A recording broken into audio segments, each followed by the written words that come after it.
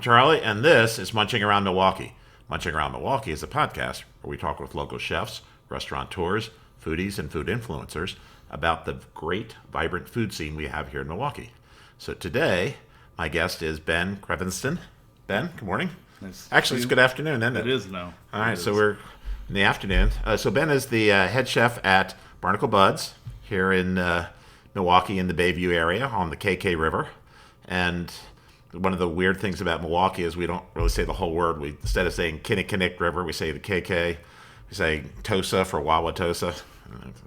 It takes too much effort to say Wauwatosa.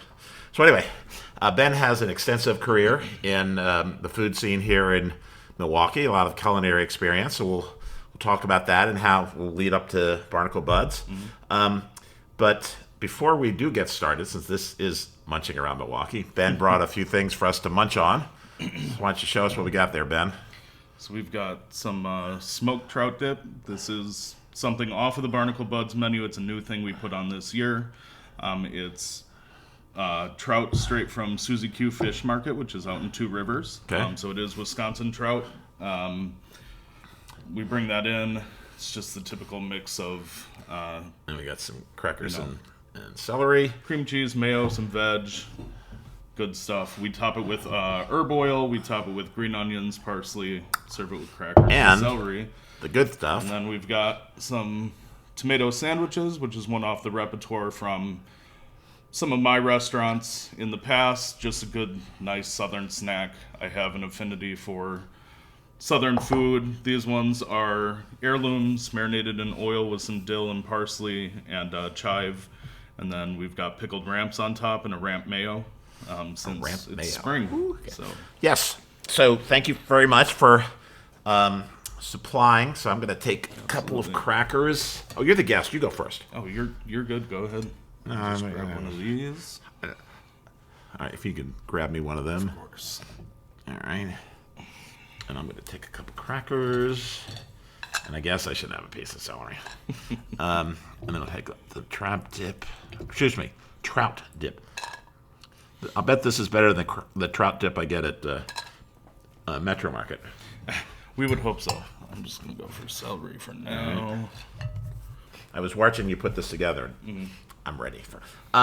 So while we munch, let's talk about your background. So you're born in Cedarburg, and where in your growing up years, your formative years, did you develop an affinity and a passion for cooking? You knew that's something you wanted to do. Yeah, I think the point that it became a serious thing, something where I thought about that it may be a potential career path, was probably around late sophomore, junior year of high school. Uh-huh. But as far as what got me into cooking, my dad cooked a lot at home. He would make sure that whenever he got home from work, there was always a meal on the table. When I was younger, it always started off as, easy stuff that he could do in the hour after he got home. Sure. Hamburger helper, something easy and quick that he would do from scratch, whatever it was. But there was always food on the table that he made. Very rarely ate out or ordered in. So I think just the constant flow of having that be a part of the home life helped a ton.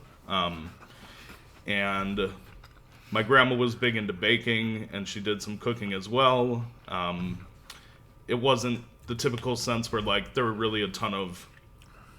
I wouldn't say the family was necessarily food-centric like some families are, but it just was a sense of being able to create food and do it rather than spending extra money to bring food into the house and buy meals that were prepped by somebody else.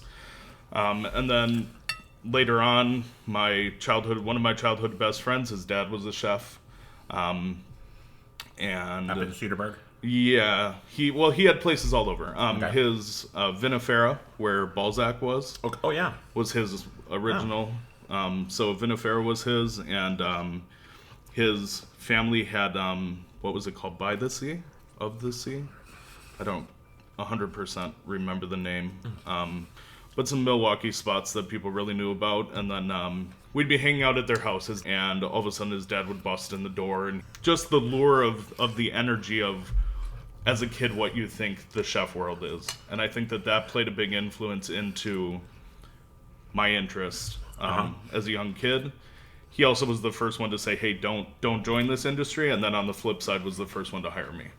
So he was my original mentor. That was over at that point, he had taken over Venturi's Deli on 72nd and North. Okay. He took that over. They actually bought into it. Yep, in Tosa. Yep. Switched it over to Fatoni's. We were there for a few years. I helped on and off through some other jobs as well. Okay. So that was where I got my start in the industry and kind of where my interests came. So it's just little influences all over. Okay.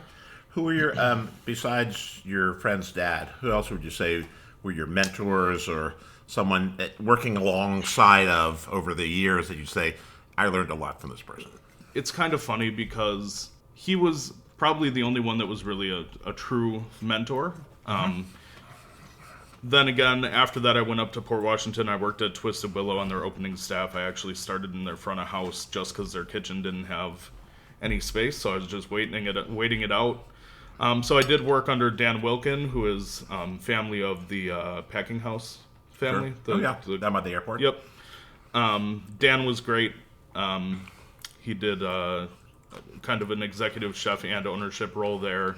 Can I just say these marinated ramps are fantastic. Great, I'm glad.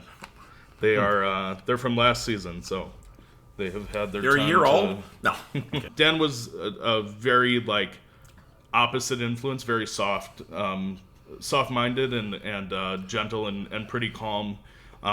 Very driven for food, definitely had a passion. We had a farm that one of the owners lived on, so it was always cool to see that. He was hands-on in the farm fields. He would bring up back in Port Washington? Yep. Okay.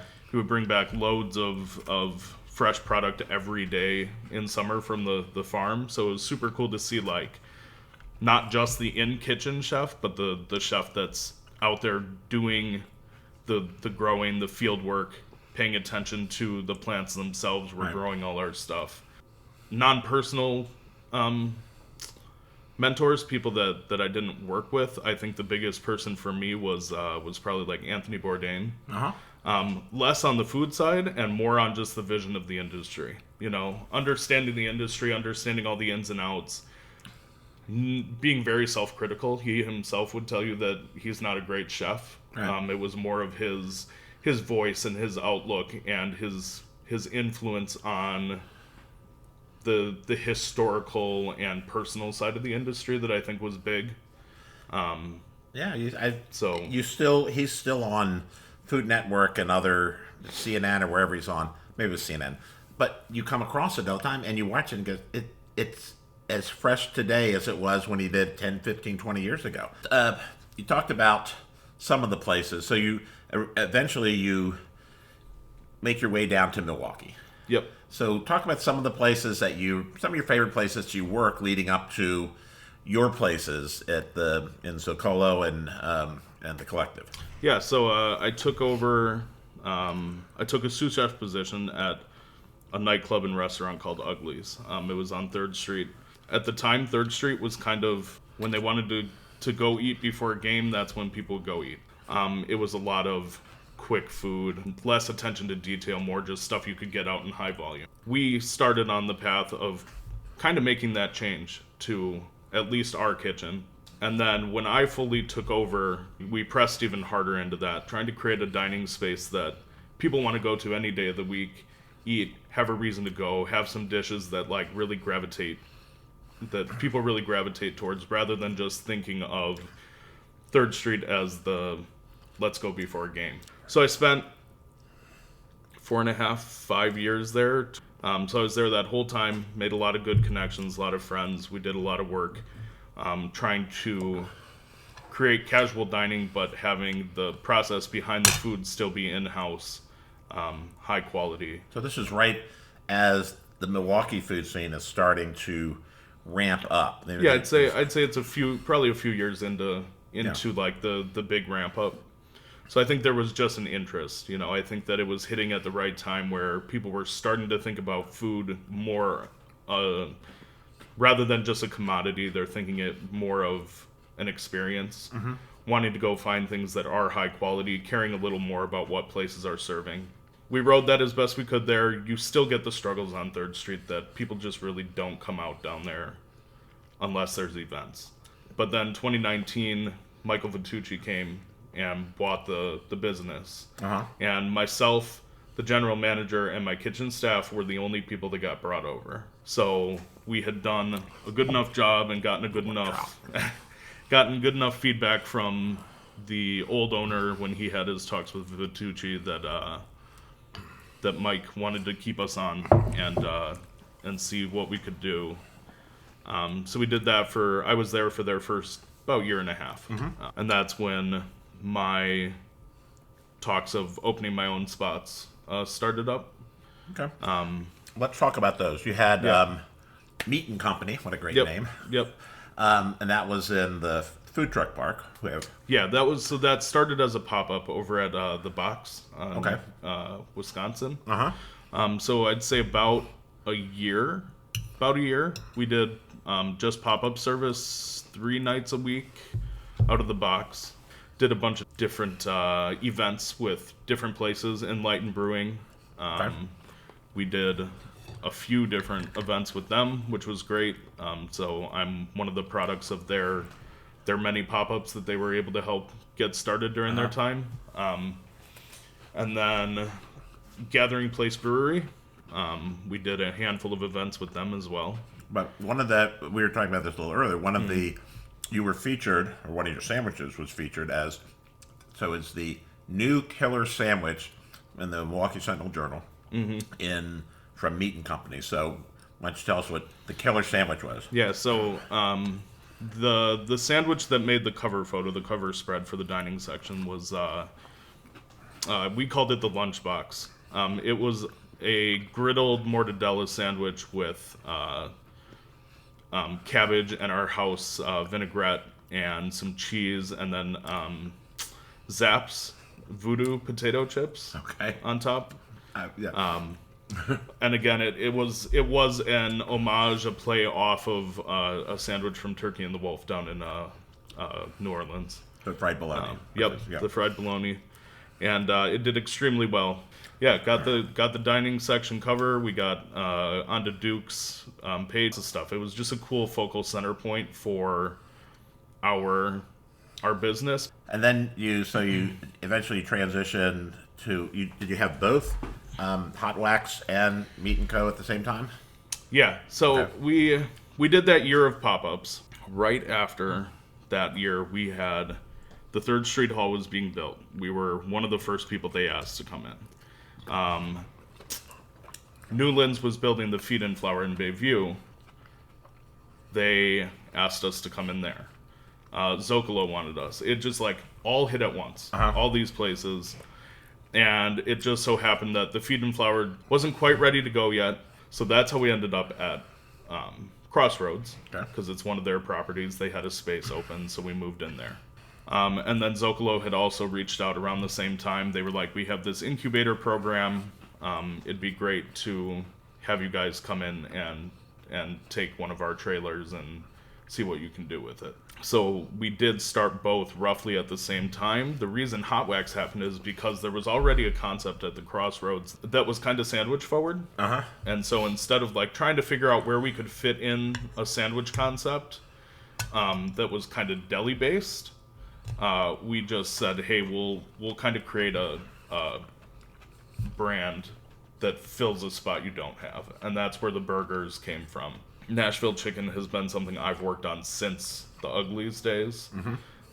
So that was something that was already under my belt, something I've worked on. So that's where the burger and hot chicken concept came from for Hot Wax. Along with Hot Wax is a reference to music, the pressing of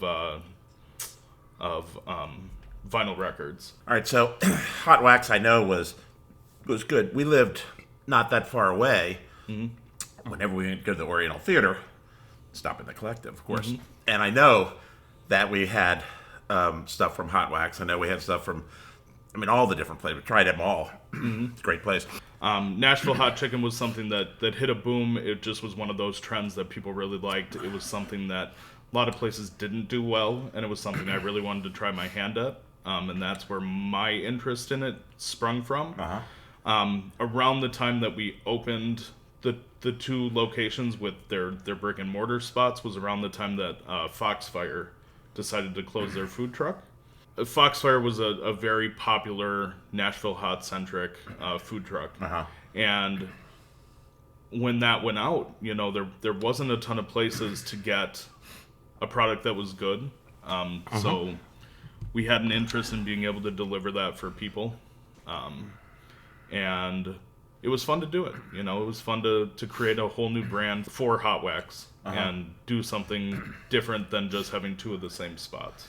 Well, speaking of creating new, fall last year, you would end up at Barnacle Buds. Yep. And the thing that's new, although they had done it the year before, is that Barnacle Buds had a supper club. Yep. It's an interesting concept for Barnacle Buds. It is. But talk about going there and then the food, the supper club, and then what you've done with the menu. Yeah. So we obviously they're known for summer. They're known for the two big outdoor patios right on the river, hundreds of people at a time, the whole bit.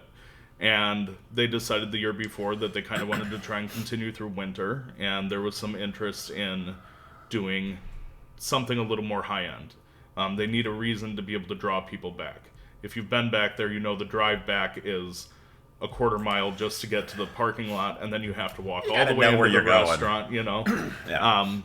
So you really, when the weather's bad, you need something that's going to draw people, because they're not going to come for sandwiches and casual fare, So they wanted to be able to get their staff going and keep them through winter. So they said, hey, let's do a supper club, and they just kind of winged it the first year. They had good success with it. They really liked the turnout, so they planned to do it a second year. They lost their kitchen person, and that's when, over the couple years in between, me and my wife had some unfortunate events happen, and I just so happened to be looking for a nice position. Okay. So Chris was somebody we had known. That's the assistant general manager over there, a good buddy of mine, and I reached out and I was like, hey, let me come chat with you guys. So after all that, the first project was the supper club. So that was a crazy concept for them. 28 seats. We have no oven. We have a grill. We have fryers. We have a 2-burner stovetop, flat top, whatever, but no oven, nothing of the sort. So it's like, how do we make this sort of food work? How do we cook a steak that doesn't take forever and still be able to nail temperatures and whatnot? So the process of getting it built up was very interesting, trying to nail down the processes to make sure stuff was correct and aiming to fix the issues from the year before. But yeah, we came up with a menu that was 5 or 6 meat options and 5 or 6 seafood options. We had a nice appetizer menu, some desserts. We used Batter and Mac in Bayview here. Oh, yeah. We did their macarons. And that was really nice. We used Buddy's Steakhouse out of Bayview on Clement.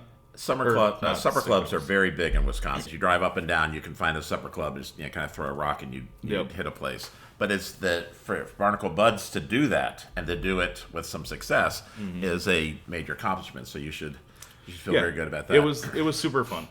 It's a really fun change of pace. Yeah. And to be slamming 75 people in a 28-seat restaurant 4 nights a week just on a pop-up basis is something like you couldn't even dream of. It's crazy to be able to switch it. So Barnacle Buds, you're now in the what purports to be the summer season. Of course, it's like 40 degrees and raining here in almost Memorial Day. Yep. But so you're into the I didn't even call it warm weather because we don't having warm weather, but the summer season. Let's call it that. Yep. So that's where you are right now. We did a little pop-up series in between. We did some seafood boils.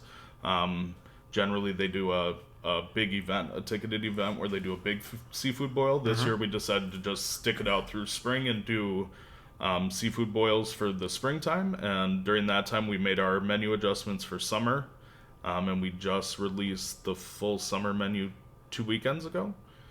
So we're into our summer season, staffing and food-wise.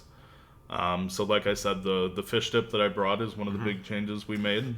We added that in. Really good. Something they were known for that, again, kind of one of those kitschy things that people want to be able to find here are lobster rolls. Yeah. They had been using a kind of like an imitation lobster product. It was some real and some not, which a lot of places do for their cold rolls. So we had a seafood mix we were making in-house for the supper club for crab cakes, and I said, why don't we just switch over to this steamed crab and shrimp mix and do the same cold roll we're doing, but do it with better product, right? So that's something we did change as well. So it's now a seafood roll instead of a lobster roll, but you're getting real crab, real shrimp. Right. And then just some other little changes here and there. The way I work is very prep heavy. I want my line to be able to get the food out and create the food and not have to worry about doing a lot of little intricate stuff for themselves. Whether that's me finishing plates, having my sous chef or whoever do the garnishing, but I want the cooking process for my line to be simple so that they can get stuff out. They're not stressing. Right. So a lot of what we do is creating higher quality prep processes so that the food that goes out is still a high quality food, even in a casual environment. This is kind of how I've always carried through. But we take a lot of that stress on the prep side. Congratulations on the success there at Barnacle Buds. So where do you go outside of? I mean, you have some places you go where you have your friends, or we're going over to such and such a place, or where you hang after work if you do hang anywhere. I've made a lot of great friends in the industry, so obviously it's hard to culminate that all in a couple places. One of the most important connections that I've made in my culinary career was Greg Leon from Amilinda. Oh, yeah. Very good friends with him. We have been for years. I actually, for a little bit... He was just here a few weeks ago. Yeah, yep. I did a stint with him helping out just because he lost his sous chef. At Amilinda? Yep. So there was a fall where I was helping him out for 3 or 4 months, 3 nights a week, I think it was. 2 to 3 nights a week, depending on my schedule with the restaurants. So he's a big one. Love Amilinda. The way that he just kind of cooks the way he wants to cook is always inspirational. A small menu, and it's his way. There's no lending to the people that want to complain about a small menu or complain about the way the food's done. He just does. He does what he does, and it's unapologetic, and it's explaining him to a T, him personally. Yep. So I'm laughing because I don't know the last time you were there, and I think this has changed, but I was there sitting, my wife and I went there and had dinner maybe a month or so ago, and sitting at the end of the bar, and there's this big jar of Dots pretzels. Yeah. And my wife said, "Are those bar snacks?" And the bartender said, "No. Those are Gregory's snacks, and he needs something to munch on, so he just pulls them out." So that's, he has his own snacks at the bar. He's just, that's what he's doing. Those are his. Don't mess with them. And secretly, one of the best dessert spots in the city, too. Oh. Their desserts are stellar. And whenever people are just looking for, like, a late drink and dessert, I tell them, like, call ahead, get a spot in the last hour that they're open, and just hang out, have a drink, and have some desserts. If you're not trying to go somewhere for dinner, it's just a great spot to go hang out. The wine list is fantastic, cocktails, everything is perfection. I really like Alley Boys. Oh, yeah. The crew there, super great. Ben and I think it's his wife. Fantastic. There's 2 of them. They've got 2 now. Yep. One down on Farwell and the one right over here. On National, yep. Super cool stuff. Again, casual, the true New York style, Northeast. Bagels and sandwich shop, yep. lot of cool stuff there. Odd Duck has forever been one of my favorites since coming down and exploring the city. So you were the one who went to Bayview, and now they're over here on 2nd Street. Yep, and the 2nd Street location has been one of my favorite restaurantscapes since Milwaukee. There you go. That restaurantscape is gorgeous. Yeah. And obviously the production that Odd Duck has always put out is phenomenal. You're naming some good places. So. But there's just so many. There's so many people that I would love to give shout outs to. There's so many spots that do it right, do a phenomenal job, great people. Sweet Basil out in Franklin, Oak Creek area, Vicky and her family, phenomenal people.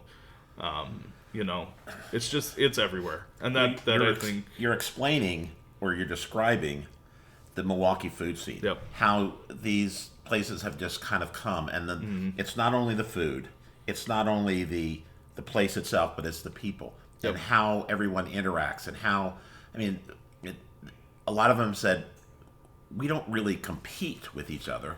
We want to work together. If you have these charity events, you'll see 10, 15, 20 of the top chefs there. Yep. And that's just kind of how this food scene, I think, has evolved, is that there's not this, this is mine, stay away. It's how can we make everybody better? Yeah, I think we really try to. I think that the industry in general has shifted away from the toxicity. We've had a lot of people that try and follow into the footsteps of being a more inclusive space across the board, being more focused on mental health and stuff like that, and friendships. I think the connections are what make it, and I think that everybody wants their own place to do well, but a lot of us also care so much about just the industry in general. I generally, for myself, would put the industry itself thriving above